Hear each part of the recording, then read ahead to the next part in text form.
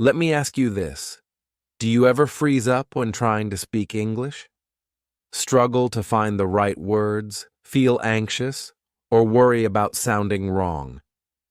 But today, I'm going to show you how to break through that fear. In this video, I'll share simple, proven techniques that will help you overcome speaking anxiety, stop second-guessing yourself, and start talking like a confident communicator. Imagine expressing yourself clearly, joining conversations with ease, and finally sounding natural. That's the goal. And the best part? You don't have to be perfect. You just have to be brave. So if you're ready to turn nervous silence into powerful speech, hit play, and let's build your English fluency together, 24/7. Chapter 1. The Power of Preparation. The truth is, confidence doesn't magically appear. It grows from preparation. And when it comes to speaking English, preparation is your best friend. That's where we begin, not with flashy words or complex phrases, but with the fundamentals. Mastering the building blocks of English is like laying a strong foundation for a house. Without it, every conversation feels shaky, uncertain. But when you know the structure, everything becomes smoother, more natural. Let's start with pronunciation, one of the most overlooked yet powerful parts of English speaking. You might have a rich vocabulary or perfect grammar, but if people can't understand what you're saying, it becomes frustrating. And that frustration leads to silence. So how do you improve pronunciation? Start small. Choose 5 words a day that are hard for you.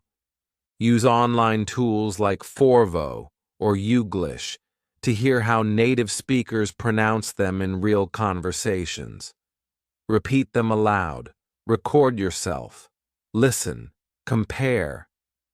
It might feel awkward, even silly at first, but this daily habit works.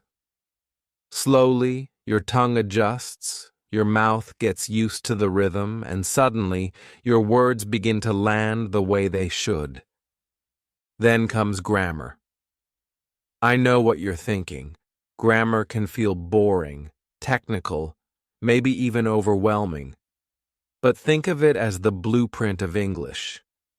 You don't have to memorize every rule to speak fluently, but understanding the basics, subject-verb agreement, simple tenses, question formation, gives you the freedom to build real conversations. Focus on high-frequency grammar structures that are used in everyday speech. For example, instead of worrying about the future perfect continuous tense, start with present simple and past simple. Nail those first. You'll be amazed at how much clearer your speech becomes when you stop overthinking and start using what actually works. Now let's talk vocabulary. Most learners try to memorize long lists of words, hoping to sound smart or advanced. But memorization without context doesn't stick. So instead of learning 100 new words a week, focus on 10 that you'll actually use. Pick words related to your life, your job, hobbies, daily routines. Use them in your speaking practice immediately. Create mini stories or sentences with them. The goal isn't to know a million words. It's to own the words you already know.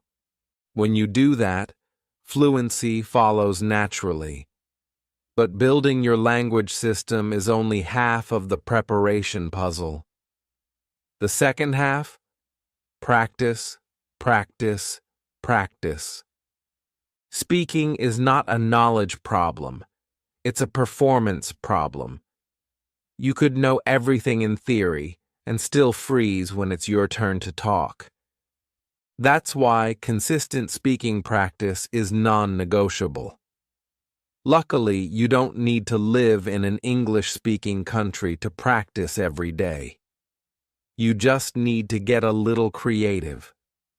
Start by using language exchange platforms like HelloTalk, Tandem, or Speaky. These apps connect you with native speakers who want to learn your language while helping you learn theirs. It's a win-win. Don't worry about being perfect. The point is to engage in real conversations, even if they're messy. You'll learn more from a 10-minute voice chat than from hours of silent reading. You'll also begin to develop rhythm, the natural music of spoken English. Another option, join speaking clubs or online conversation groups. Many are free and run weekly sessions on Zoom or Telegram. The benefit here is that you get to hear different accents, practice group communication, and most importantly, get over the fear of public speaking. At first, you may be nervous. Your heart might race, your mind might go blank. That's okay. It's not about being fearless. It's about doing it scared until the fear fades. If live interaction feels too intimidating right now, start by talking to yourself in English. Describe what you're doing. Narrate your day. Argue with yourself about what to eat. It sounds strange, but it rewires your brain to think in English. And when you can think in English, speaking becomes 10 times easier. Remember, every minute you speak is a deposit into your confidence bank. Alongside all this technical work, there's one often ignored tool that can transform your journey: visualization. This isn't wishful thinking. It's a proven psychological technique used by athletes, public speakers, and yes, even language learners. Close your eyes for a moment. Picture yourself walking into a room full of English speakers. You feel calm, grounded. Someone asks you a question, and you respond smoothly. Your voice is steady. You're smiling. People nod and laugh. They understand you. You're not just surviving the moment, you're owning it. This isn't just imagination, it's mental rehearsal. And your brain responds to it almost the same way it does to real-life practice. If you repeatedly visualize successful conversations, your anxiety begins to shrink. You build positive associations with speaking English instead of fear-based ones. Start your day with this simple routine: 3 minutes of visualization before your practice session. See yourself winning. Hear your voice sounding clear. Over time, your brain will believe it, and your mouth will follow. Remember, preparation isn't just about language drills. It's about building emotional safety. Most learners fail to speak confidently, not because they don't know English, but because they don't trust themselves. So preparation becomes your armor. It shields you from the panic of, what if I forget a word? Or, what if they laugh at my accent? Because when you've practiced enough, when you've visualized enough, and when you've understood the building blocks, you no longer fear the unknown. You're ready for it. Let me give you a real example. One of my students, Maria, had studied English for 6 years but couldn't speak more than a few sentences. She thought something was wrong with her. We didn't start with speaking. We started with rebuilding her foundation, pronunciation, key grammar, and 10 words a week. We added 5 minutes of self-talk a day. Then once a week, she joined a language exchange. After 1 month, she told me, I had my first full conversation in English without freezing. That's the power of preparation, not magic, just method Here's something else to keep in mind. Progress is not linear. Some days your English will flow. Other days, you'll fumble on simple words. That's normal. Don't let a bad practice session convince you that you're not improving.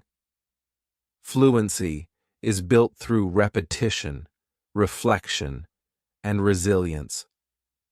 Celebrate your small wins. Did you use a new phrase today? That counts. Did you record yourself for 60 seconds without stopping? That's progress. Keep stacking these wins. Also, don't isolate your practice to one method. Rotate between speaking, listening, reading, and writing. They support each other. Watch shows with subtitles, then shadow the dialogue. Read short stories aloud. Write journal entries about your day. Everything you do in English strengthens your speaking skills, directly or indirectly. Let's not forget feedback. Practicing without correction can form bad habits, so once a week, ask a language partner or tutor to give you gentle but honest feedback. Focus on 1 or 2 corrections, not 10. You're not trying to be perfect, just a little better than yesterday. At this stage, one major mistake learners make is comparing themselves to others. She sounds like a native. He speaks faster than me. Comparison kills progress. The only person you should compete with is the version of you from last week. If you're more confident than you were a month ago, you're winning. To wrap this up, preparation is not about becoming flawless. It's about becoming fearless. When you understand how English works, when you practice daily in small ways, when you visualize success, something shifts. You stop seeing English as a mountain and start seeing it as a path you can walk, step by step. So go back to the basics. Build your foundation. Speak daily, even if it's messy. Picture yourself succeeding. And most of all, believe that you can become the speaker you've always dreamed of being. Because with the right preparation, you're already halfway there. Chapter 2. Facing Your Fears. Even after all the preparation, the grammar drills, the vocabulary sessions, the long nights of shadowing dialogues, there's still something that lingers, something that can quietly sabotage your confidence. It's not your accent. It's not your grammar mistakes. It's fear. That silent voice inside your head whispering, "You're not good enough." And unless you confront it directly, it will hold you back no matter how prepared you are. This is where the real work begins. Not in your mouth, but in your mind. The first step in facing your fears is identifying and challenging your negative self-talk. We all have it. That little voice that says, "I'm too slow, I'll mess up, people will laugh at me," or worse, "I'll never be fluent." These thoughts feel true because they're familiar, but familiarity doesn't mean truth. It means repetition, and what's repeated becomes a belief. Start noticing your inner dialogue. Write down what you hear yourself say before or after a conversation attempt. Don't judge it, just observe. Are your thoughts helping you grow, or are they feeding your fear? Once you see the patterns, you can interrupt them. Instead of, "I always mess up my sentences," tell yourself, "Every mistake helps me improve." Instead of, "They'll laugh at my accent," replace it with, "My accent tells a story of courage. I'm learning a new language." This is called cognitive reframing, and it's a game changer. You're not lying to yourself. You're shifting the lens.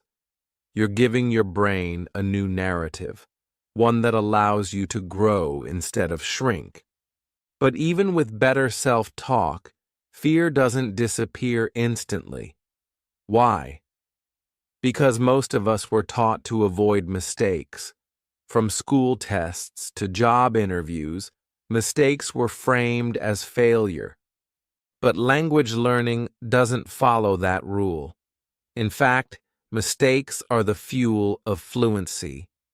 That's why the second mindset shift is to embrace imperfection. You will mispronounce words. You will forget vocabulary mid-sentence. You will say things that sound funny. And that's okay. That's expected. That's how it's supposed to go. Think about a toddler learning to walk. They fall, stumble, get up, fall again. But they don't stop. No one laughs at them or tells them to quit. Everyone cheers. Why? Because we know they're learning. That same grace belongs to you. You're walking in a new language. Of course, you'll stumble. But if you keep going, step by step, you'll find your rhythm. When you accept imperfection, something powerful happens. Fear loses its grip. You stop hesitating. You stop rehearsing the perfect sentence in your head before speaking. You start focusing on communicating, not performing. And that's where real fluency begins.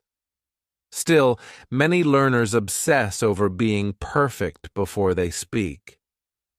The perfect vocabulary, the perfect accent, the perfect timing.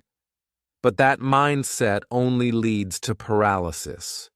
You wait, and life moves on without you. That's why the final and most empowering shift is this. Focus on progress, not perfection. Start tracking your growth, even in small ways. Did you join a language exchange this week? That's progress. Did you record yourself speaking for the first time? That's a huge step.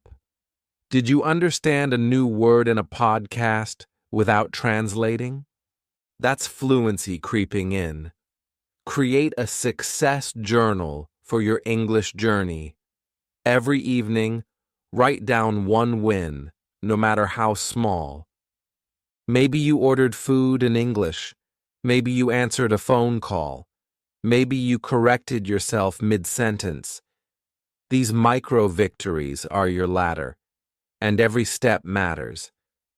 When you look back after a month, you'll see how far you've come, not because you're perfect, but because you're consistent.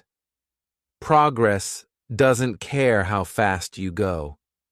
It only asks that you keep moving. Let me share a personal story. One of my students, Adil, was a brilliant thinker. He could write essays in English that read like poetry. But speaking? He avoided it like the plague.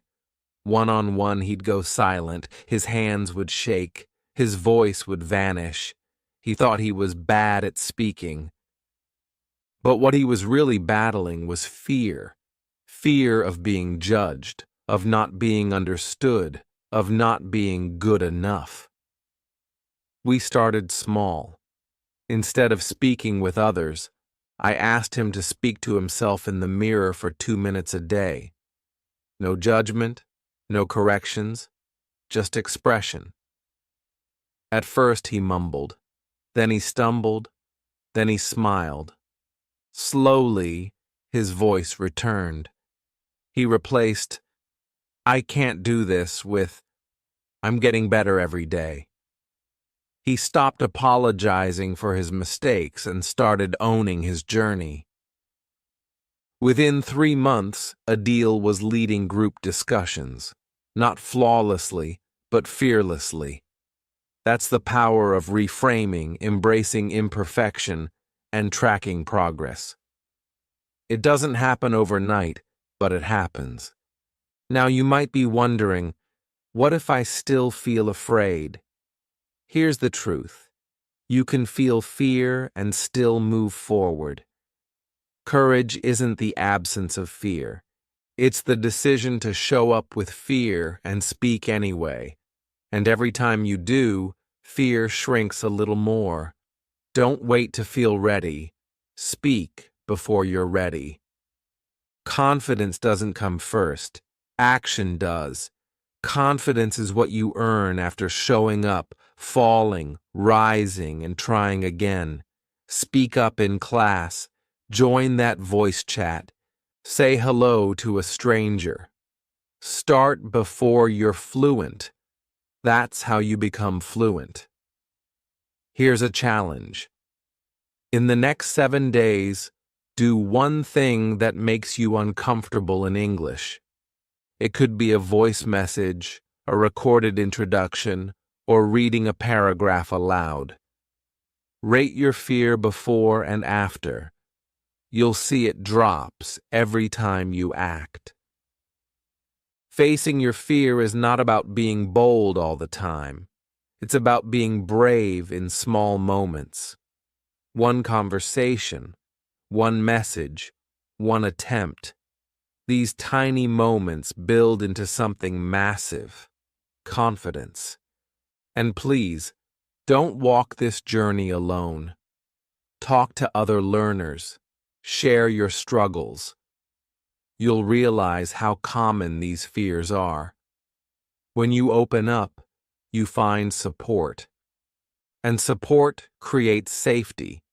The safety to try, fail, and grow. Lastly, forgive yourself. On bad days, when the words don't come, or when fear wins, don't punish yourself. Language learning is emotional. It stirs up memories, insecurities, self-doubt. Be gentle with yourself. Tomorrow is another chance. The only failure is quitting. Remember, the fear of speaking isn't about English. It's about identity. You're putting yourself out there. You're afraid of not being enough, of not being accepted. But let me tell you, your effort, your voice, your journey, it matters. You are enough. Right now. Right here. With broken sentences and beautiful mistakes. So the next time that fear rises in your throat, take a breath. Speak anyway. Say the wrong word. Laugh about it. Correct it. Keep going. Because fear is loud, but it's not your truth. Your truth is this. You are growing. You are trying. And you are getting better. Every single day. Chapter 3. Building confidence through engagement. Once you've challenged your fears and started trusting your voice, the next step is to build confidence through consistent, active engagement. This is the part where theory becomes reality. You've laid the foundation with grammar, vocabulary, and mindset. Now it's time to immerse yourself in the living, breathing world of English. Because the more you live inside the language, the less foreign it becomes. Immersion doesn't require a plane ticket. You don't need to move to London or New York to be surrounded by English. With a little intention, you can create an English-rich environment no matter where you live. It starts by simply changing what you consume. If you watch videos, watch them in English. If you listen to music, choose English songs. If you enjoy scrolling social media, follow English-speaking content creators, comedians, educators, and even meme pages. Start small, maybe just 10 minutes a day of English input. Watch a short documentary on YouTube, listen to a daily news summary in English while getting ready in the morning, or tune in to a podcast that fits your interest, whether it's motivation, health, fashion, or personal growth. The more relatable the content, the easier it is to absorb and enjoy.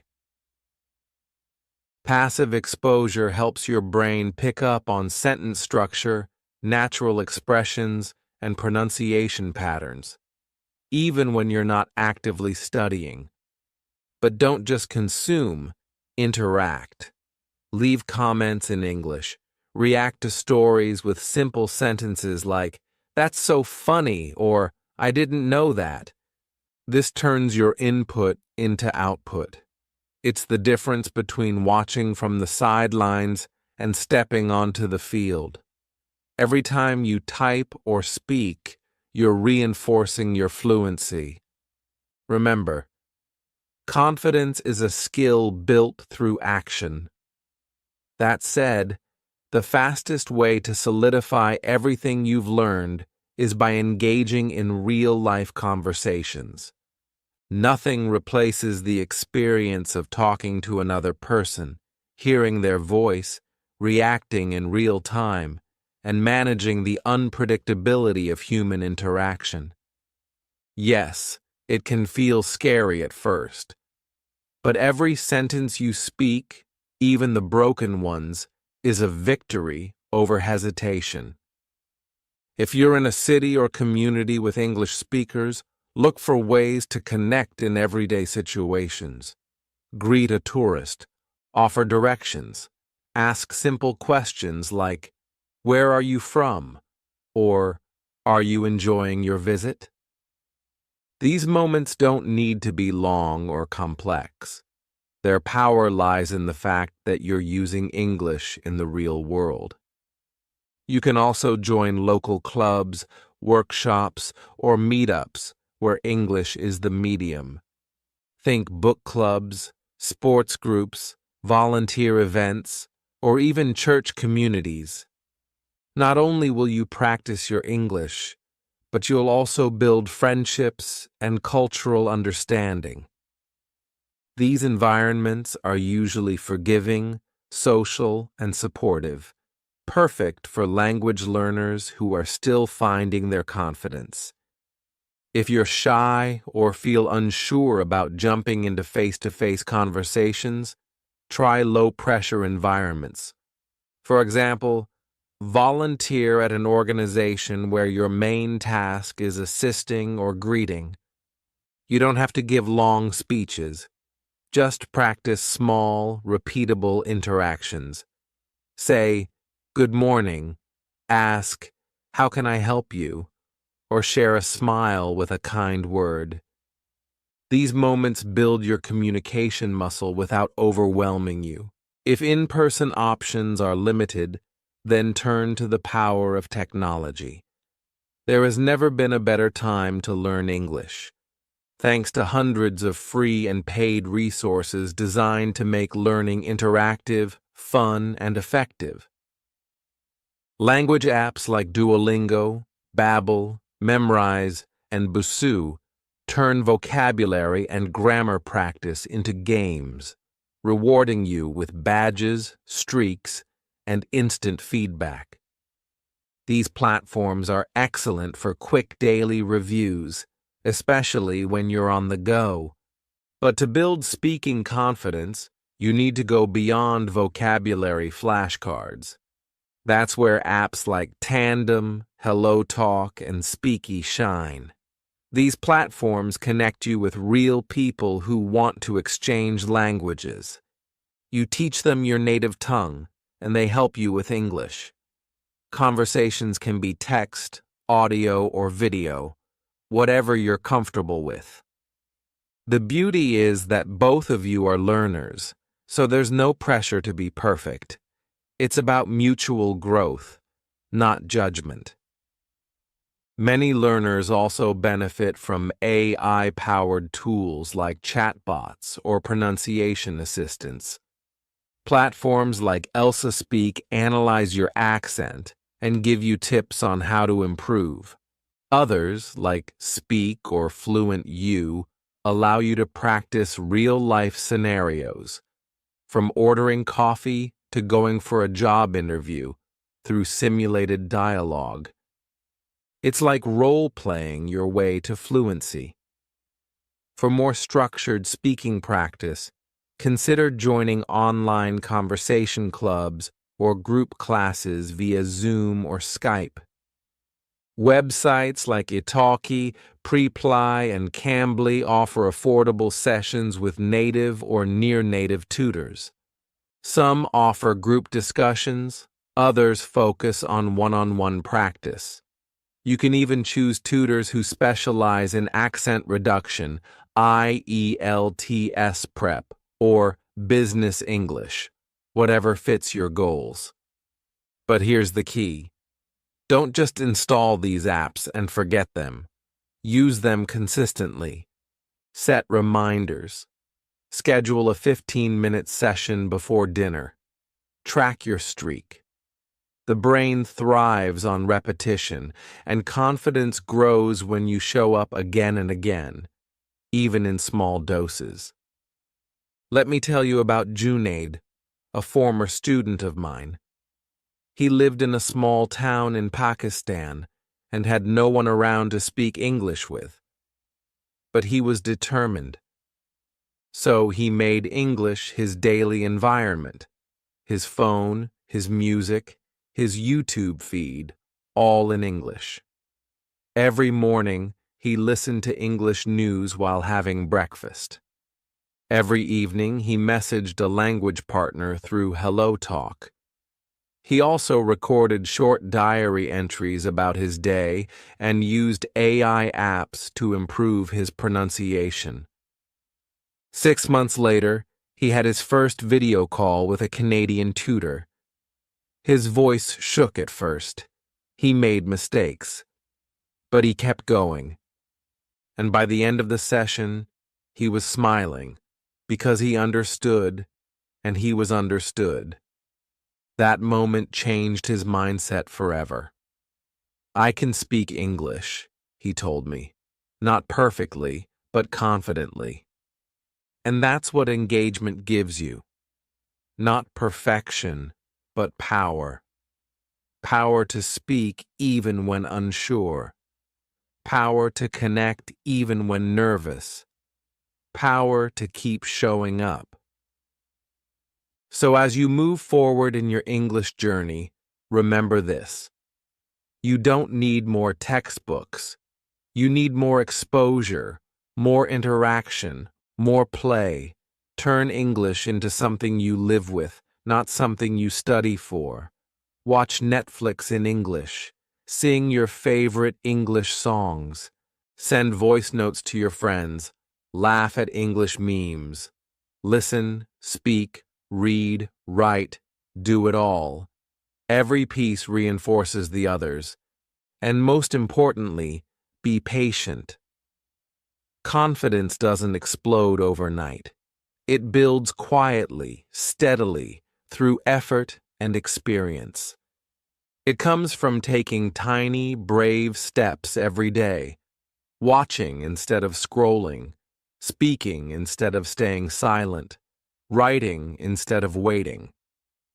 So immerse, engage, leverage the tools around you. Don't just learn English, live it. Because when English becomes a part of your daily rhythm, confidence is no longer a goal. It becomes your reality.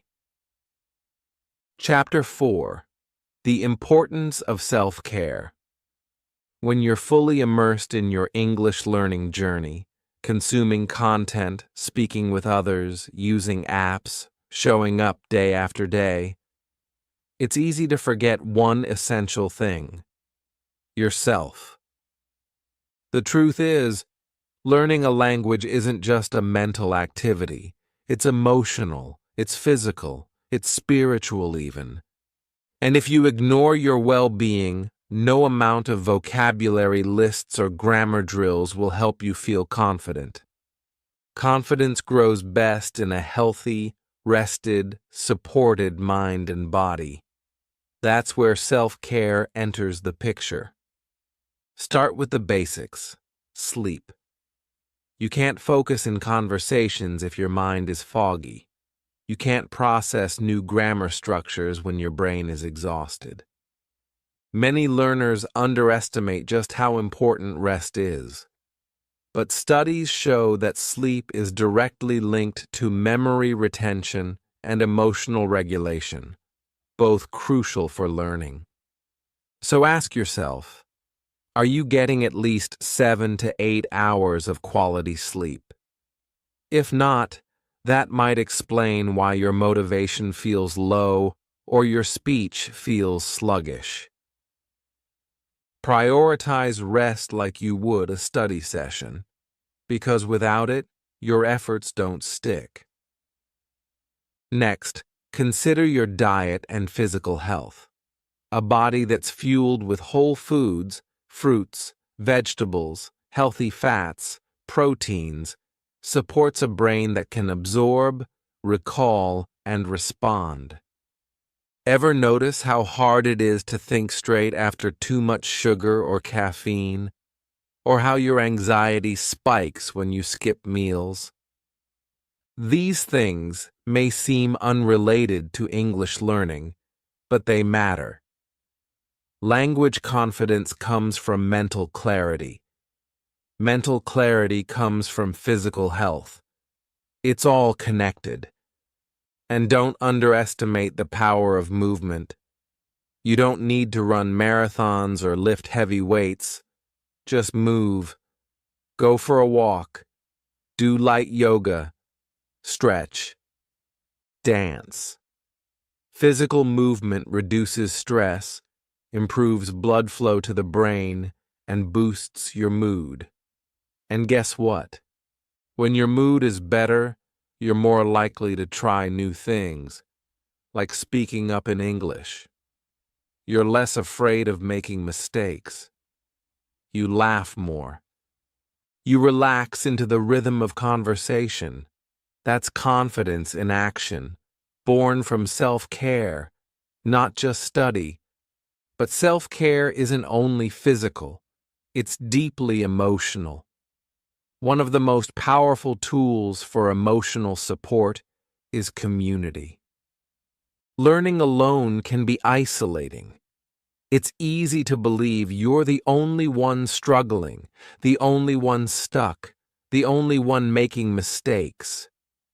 But when you connect with others who are walking the same path, everything changes. Suddenly, you feel understood. You feel encouraged. You feel less alone. That's why it's so important to find a supportive community of English learners. Not just to practice with, but to share experiences with. Join a Facebook group. Participate in a WhatsApp learning circle. Attend virtual language meetups. Find people who can cheer you on when you feel stuck and who need your encouragement too. The power of me too is real. When someone says, I struggled with that too, but here's what helped, it lights a spark of hope inside you. That hope leads to resilience. And resilience is where long-term confidence is born. Within your community, be open. Share your wins, even the tiny ones. I finally ordered coffee in English today. Or, I understood a full YouTube video without subtitles. These things matter. Celebrate them.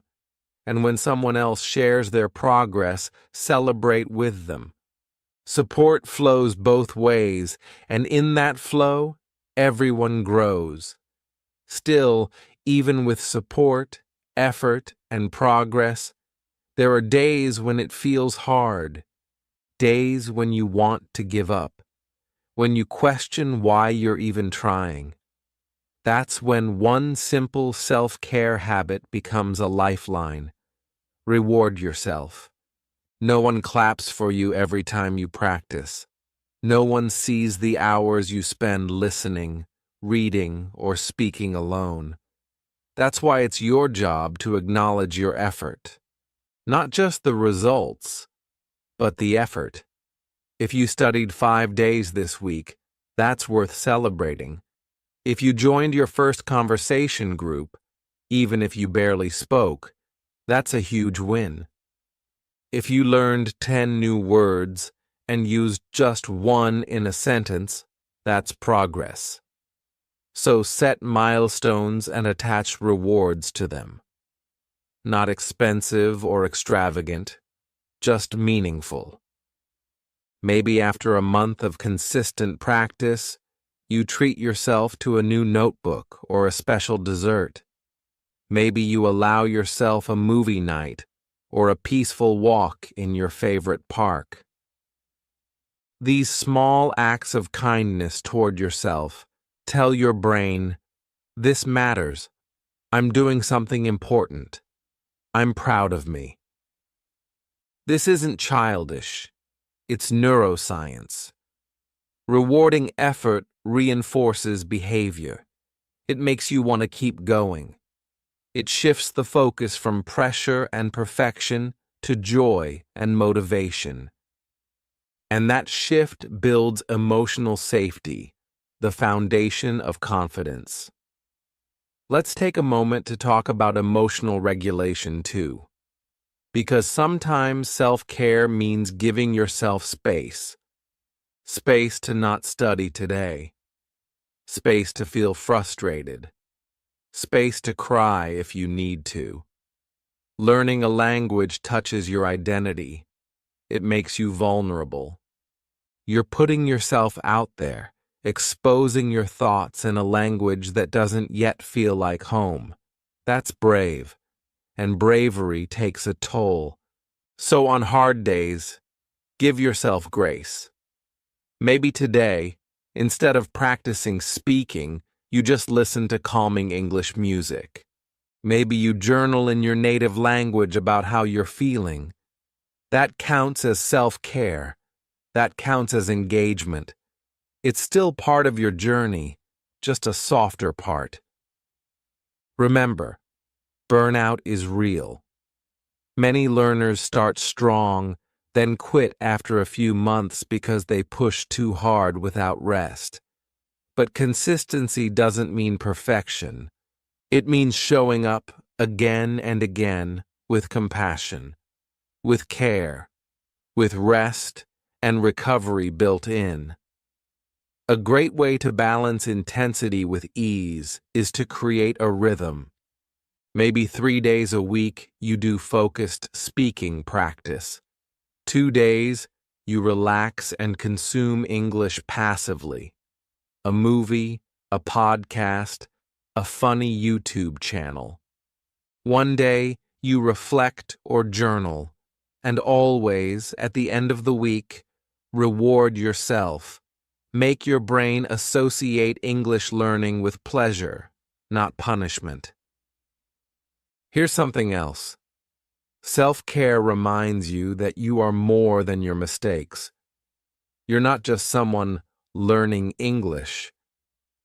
You're a whole person with emotions, needs, dreams, and strengths. The more you take care of the whole you, the stronger and more confident the English-speaking you becomes.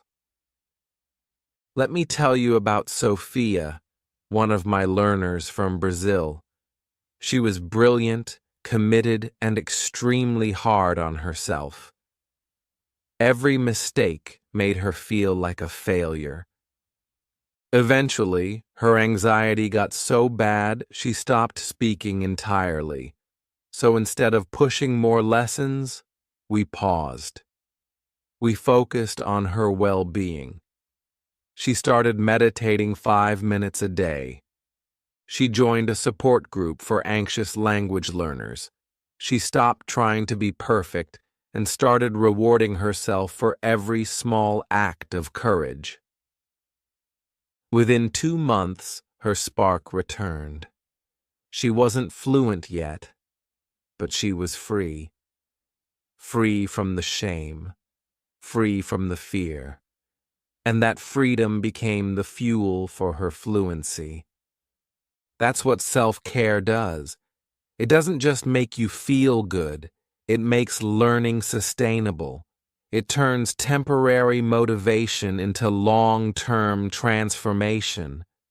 So today, ask yourself, how are you really feeling? Are you rested, nourished, supported, encouraged, celebrated? If not, don't wait.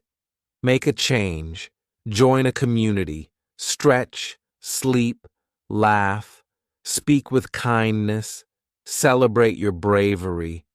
Treat yourself like the courageous learner you truly are. Because confidence doesn't just come from speaking, it comes from being well enough to speak. Body, mind, and soul. Chapter 5. Unlocking your potential. At this stage in your journey, something starts to shift. You've faced your fears, you've built daily habits, you've immersed yourself in the language and pushed yourself through real conversations. You've even learned to take care of your body, your mind, and your emotional health. But there's still one final piece to becoming the confident English speaker you want to be. And that's understanding that this is a journey of potential, not perfection. Too many learners look at fluency like it's a final destination, a finish line where everything becomes easy, where there are no more mistakes, no more hesitations. But the truth is, confidence is not a moment you arrive at.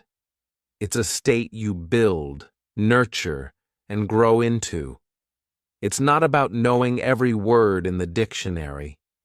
It's about knowing that you're growing, even on the hard days. That's what it means to embrace the journey. So many learners lose motivation because they only look forward. They keep saying, "I'm not fluent yet. I still sound awkward. I still forget words." But what if you stopped for a second and looked back? Look at where you were a few months ago. Could you hold a full sentence back then? Were you watching English videos with subtitles on? Were you scared to speak at all? Now look at you. Maybe you've joined a language group. Maybe you can introduce yourself confidently. Maybe you're not silent anymore when someone speaks English around you. That is growth. That is progress. And it deserves to be celebrated. The journey to confidence is full of tiny wins, and if you don't take time to notice them, you'll never feel satisfied. So start celebrating small victories. Every time you learn a new word and use it, write it down. Every time you successfully answer a question in English, smile. Every time you understand a podcast without pausing, even for 5 minutes, that's a win. When you begin to measure your progress instead of your perfection, something amazing happens. You enjoy the process more. You stop chasing the illusion of fluent and start experiencing the joy of better than yesterday. That mindset shift is what unlocks your potential. Now, part of embracing the journey means having a clear direction, and that comes from setting realistic goals. A lot of learners say, "I want to speak English fluently," but what does that actually mean? It's too vague, and vague goals lead to vague results. Instead, break your goal into smaller steps. Don't just aim for fluency. Aim to have a 5-minute conversation. Aim to tell someone about your day. Aim to ask for directions or describe your favorite movie. Set weekly or monthly goals that are specific, measurable, and personal. For example, This week, I'll learn 10 new words related to my job. This weekend, I'll watch one English film without subtitles and write a short summary. This month, I'll join 2 English-speaking Zoom calls and introduce myself. Every time you hit one of these goals, check it off. That physical act of tracking your progress tells your brain, I'm doing it, I'm growing. And the more your brain sees evidence of success, the more motivated you feel to keep going. But let's be honest, even with clear goals and small wins, there will be tough days. Days where you feel stuck. Days when you forget everything. Days where nothing seems to come out right. And in those moments, the most important quality you can have is not talent, not knowledge, but patience. Learning a language is a long-term investment. It's like planting a tree. You can water it, give it sunlight, care for it, but it won't grow overnight. Some days, you won't see any progress at all, but underneath the surface, the roots are growing. Your mind is processing, adjusting, absorbing, and eventually, that invisible work leads to visible breakthroughs. So be patient with yourself. You're not a machine. You're a human being learning something deeply complex. You're not just learning words, you're learning rhythm, tone, body language, cultural context. That takes time, and it's okay if you're not there yet. What matters is that you keep showing up. Persistence is what turns potential into power. You don't have to be perfect every day, but you do have to stay in motion. Even on the hard days, do something small. Watch a short video, read one page of an article, repeat a sentence out loud, even 1 minute counts. Because every drop adds up, every brick builds the wall. Let me tell you about a learner named Amir. When he started, he couldn't speak more than 1 sentence. Every time he tried, he froze, but instead of quitting, he made a rule. Just speak 1 sentence a day. That's it. Sometimes it was to himself, sometimes in a WhatsApp voice note, sometimes during his Zoom English class. He didn't rush. He didn't panic. He just showed up. 1 sentence at a time. After 3 months, he was holding full conversations. After 6 months, he was helping other learners with pronunciation. Not because he was special, but because he was consistent. And that's the final key to unlocking your potential. Consistency over intensity. You don't need to study for 5 hours once a week. You need to engage with the language 10 to 15 minutes every day. That's how habits are formed. That's how your brain learns that English isn't a school subject. It's part of your life. If you stay patient, set clear goals, and celebrate your progress, confidence will come naturally. You'll wake up one day and realize you're thinking in English. You'll be in a conversation and notice you're not translating in your head anymore. You'll say something, and someone will laugh or nod or reply, and you'll realize you were understood. That's the reward. Not perfect grammar, not native-like accent, but connection, clarity, confidence. So today, wherever you are in your journey, take a deep breath. You're doing better than you think.